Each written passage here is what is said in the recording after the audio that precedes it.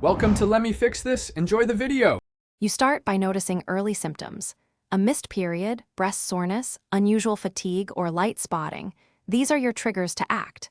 Once you see any of these, use a home pregnancy test first thing in the morning because urine hCG concentration is highest then.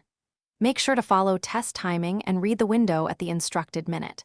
You should log the date and time, the brand used, and any concurrent symptoms so you can compare repeated tests or report accurately to a clinician.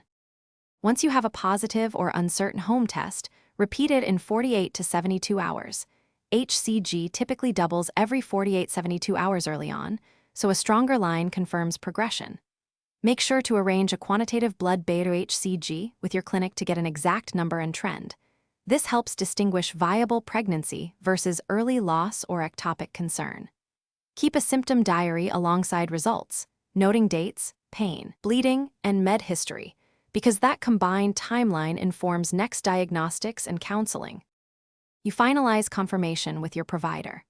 A transvaginal ultrasound around 5 to 6 weeks since your last menstrual period or once beta hCG reaches the threshold for visualization, because that shows an intrauterine sac and heartbeat.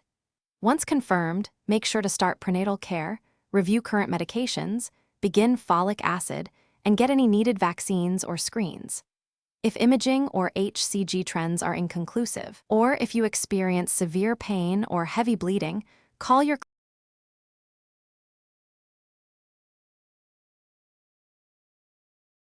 Thanks for watching. If you found this helpful, don't forget to like and subscribe.